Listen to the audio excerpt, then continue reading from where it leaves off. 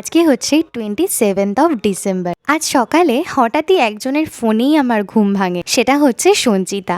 College life start হওয়ার পরেই সঞ্চিতার সাথে আমার প্রথম পরিচয় হয়। ফ্রেন্ডশিপটা প্রথম দিকে অতটাও বেশি স্ট্রং ছিল না, কিন্তু সময়ের সাথে সাথে আমাদের বন্ধুত্বটা এখন এমন হয়ে উঠেছে যে একে অপরকে নিজেদের মনের কথা শেয়ার না করে থাকতেই পারি না। তো কলেজ শেষ হওয়ার পরে 2 বছর কেটে গেছে, আর এই গোটা 5 বছরে আমাদের বাড়িতে সঞ্চিতা প্রথমবারের জন্য আসছে। তাই আমি ঘুম থেকে উঠেই চলে গেছিলাম বাজারে। বাজার সেরে বাড়ি এসে নিজের হাতে সমস্ত রান্না বান্না করেছিলাম, আর এই দেখো সঞ্চিতা আমাদের বাড়িতে চলে এসছে, আর তার সাথে পাকামো করে আমার জন্য একটা ভীষণ দামি উপহার নিয়ে এসছে, যেই উপহারটা পাওয়ার হয়তো যোগ্য আমি না। যাই হোক, আমার সাথে তাল মিলিয়ে কিন্তু মাও সঞ্চিতার জন্য আজকে অনেক কিছু রান্না করেছিল। যেহেতু অনেকগুলো দিন বাদে আজকে আমরা আবারও একসাথে ছিলাম, সেই কারণে আমরা প্রচুর গল্প করেছি। আমি স্ব ইচ্ছায় সময়গুলোকে একদমই ক্যামেরা বন্দি করিনি, যাতে আমাদের গল্প করার সময়গুলো নষ্ট না হয়।